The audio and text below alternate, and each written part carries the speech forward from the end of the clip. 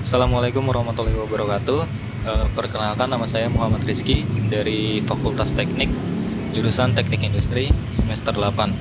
Saya akan membawakan tugas dari strategi logistik, yaitu yang berjudul Implementation of DMAIC Roadmap Methodology on Sales Distribution Company for Logistic Improvement, a case study of SUKEF.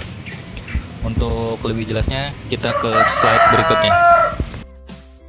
Dari penulis yaitu Loic F. Isaka dari School of Management, Shanghai University, Cina, dengan jurnal Research Journal of Science and IT Management, volume 8, nomor 9, tahun 2019.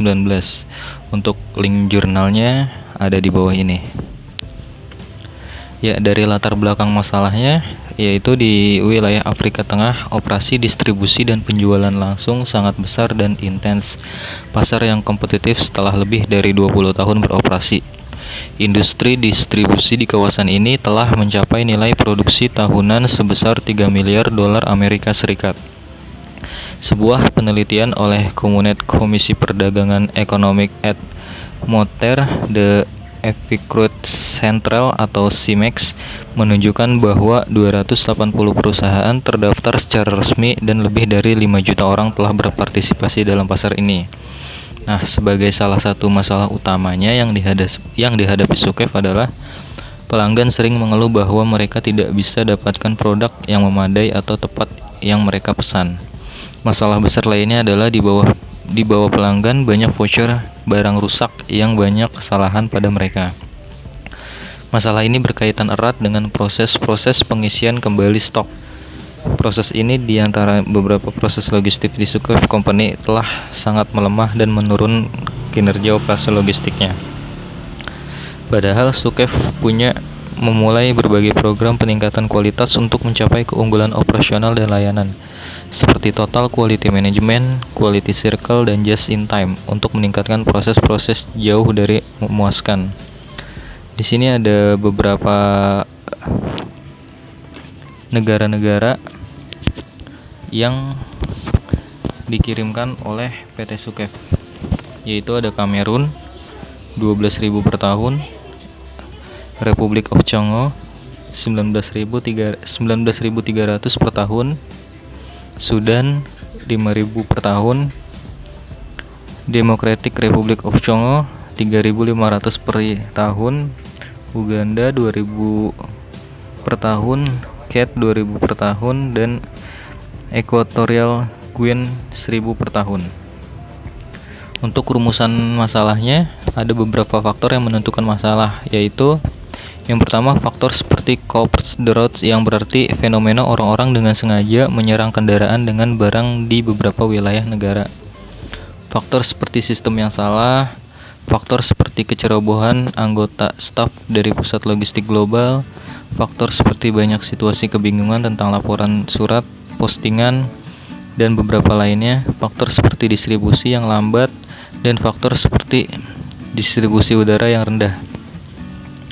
Lalu untuk tujuan penelitiannya, yaitu di sini mereka menggunakan metode DMAIC, yaitu Define, Measure, Analysis, Improve, dan Control, untuk meningkatkan kepuasan pelanggan dan meningkatkan kinerja proses.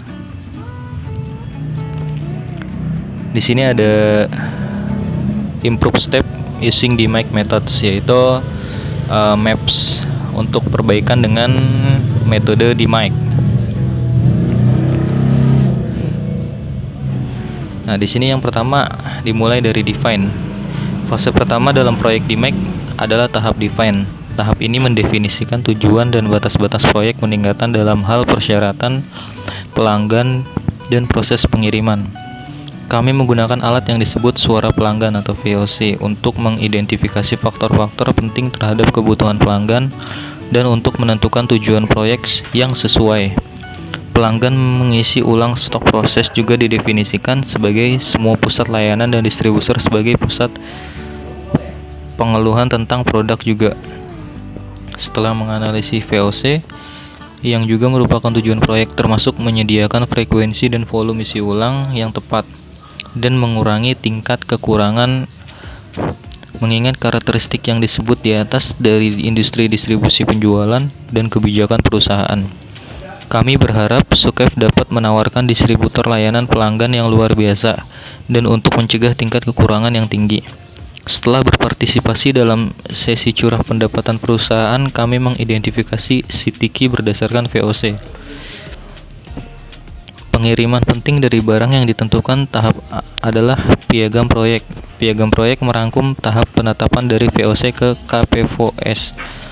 Itu piagam juga menurunkan deskripsi proyek, ruang lingkup, tujuan potensi keunggulan finansial, dan jadwal yang diharapkan.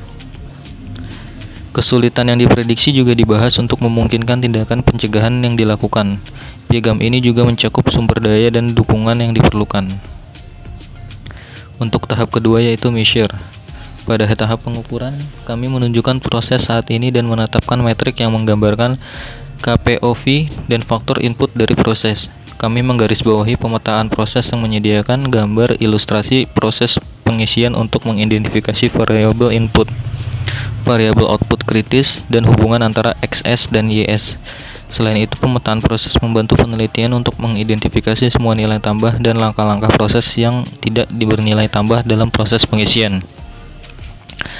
Kejadian probabilitas penyebab tinggi. Lebih lanjut, penelitian telah mencatat bahwa tidak ada deteksi metode untuk mengendalikan masalah ini. Dalam proses saat ini, kemudian 10 kali 7 kali 10 sama dengan 700 RPN. Dari kegagalan ini, modus adalah 700. Semua mode kegagalan KPIV dibahas dan diukur keparahan efeknya, yang kemungkinan terjadi sebab dan kemampuan deteksi metode kontrol saat ini.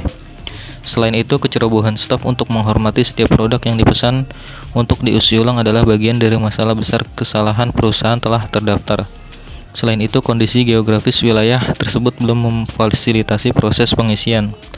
Bersama dengan sistem informasi dan komunikasi lama yang ada menurunkan proses pengisian ulang stok yang menyebabkan ketidakpuasan pelanggan. Untuk tahap yang ketiga yaitu analyze. Kami mengklarifikasikan produk berdasarkan volume penjualan rata-rata dalam 3 bulan sebelumnya. Kami membagi semua produk menjadi 3 kategori. Kategori A, produk barang umum. Kategori B, produk bergerak lambat. Dan kategori C, produk baru. Untuk improvementnya yaitu mengisi ulang produk berdasarkan aturan yang berbeda untuk kategori A, B, dan C.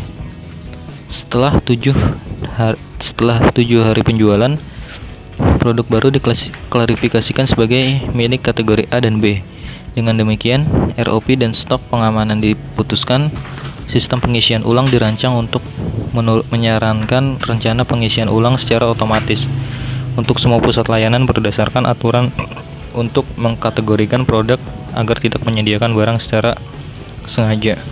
Jika tingkat persediaan suatu barang di pusat layanan lebih rendah daripada titik pemesanan ulang atau ROP, logistik pusat akan memasok barang ke pusat itu.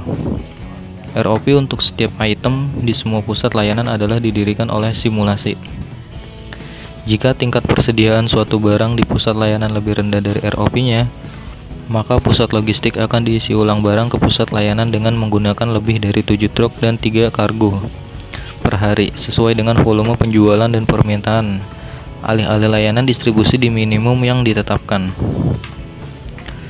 Untuk improvementnya, yaitu masih di improvement yang kedua, menganalisa ruang yang tersedia untuk stok di pusat layanan, mengatur periode referensi untuk menghitung volume isi ulang, mengurangi frekuensi pengulangan, dan membuat proses pengisian ulang kecukupan ke berbagai pusat, menghasilkan laporan peringatan persediaan rendah, investigasi tren dalam penjualan produk baru, rencana pelatihan pengisian ulang stok. Untuk tahap yang terakhir yaitu kontrol. Rencana pengendalian dalam hal ini, proyek membantu memastikan bahwa tindakan proses pengisian yang ditingkatkan menjadi terlembagakan oleh mendesain untuk sistem informasi pengisian ulang, tingkat kekurangan, dan mengurangi biaya transportasi. Untuk proses pengisian ulang, beberapa pusat layanan seperti Birau, Bambari dan Obo, Cameron, Tex, Gwen, dan lain-lainnya, kita dapat mengatakan bahwa pusat logistik harus mengisi ulang pusat layanan 2 kali seminggu karena jarak yang jauh dan tidak nyaman untuk mengisi ulang stok harian. Kemudian RPN dari mode kegagalan berkurang dari 700 menjadi 10. Itulah bukti bahwa kelayakan tindakan peningkatan diverifikasi. Cacat layanan juga dapat menyebabkan peningkatan biaya. Metodologi peningkatan di MAIC dapat mengurangi jumlah cacat. Oleh karena itu dapat mengurangi biaya. Di luar cacat, perusahaan menderita kerugian karena biaya kualitas buruk. Kesimpulannya yaitu yang pertama, disarankan untuk berinvestasi di jaringan kereta api agar cepat dan andal operasi distribusi. Ini tidak hanya untuk kebaikan Sukep saja, tetapi juga bermanfaat bagi perekonomian Afrika Sentral. Yang kedua, upaya harus dilakukan untuk memutus simulasi situasi kandang dengan menciptakan cara Delta River yang dapat melakukan ke laut terdekat untuk pengiriman kualitas dengan biaya rendah sebagai manfaat bagi konsumen. Yang ketiga, menerapkan secara kontrak kontribusi keuangan menawarkan kekuatan berkelanjutan untuk buat lebih banyak proyek dan tingkat proses bisnis. Frekuensi pengisian ulang stok lebih dapat diandalkan dan lebih cepat untuk setiap pusat layanan. Dan pelanggan dapat dengan mudah menerima produk yang mereka inginkan atau telah dipesan. Tingkat kekurangan berkurang karena tidak hanya menghindari biaya pengiriman mendesak yang berlebihan, tetapi juga mengurangi tenaga kerja ganda staf untuk mengatur atau ditempati lagi untuk masalah yang mendesak pengiriman. Pengurangan tingkat kekurangan secara signifikan meningkatkan kepuasan pelanggan. Materi modul yang tepat dengan penelitian ini yaitu Managing Lead Time pada modul 7, karena penelitian ini mengambil pandangan strategi dan manajerial waktu dan dampak pada kinerja logistik. Demikian untuk presentasi saya. Mohon maaf kalau ada kekurangan. Terima kasih. Assalamualaikum warahmatullahi wabarakatuh.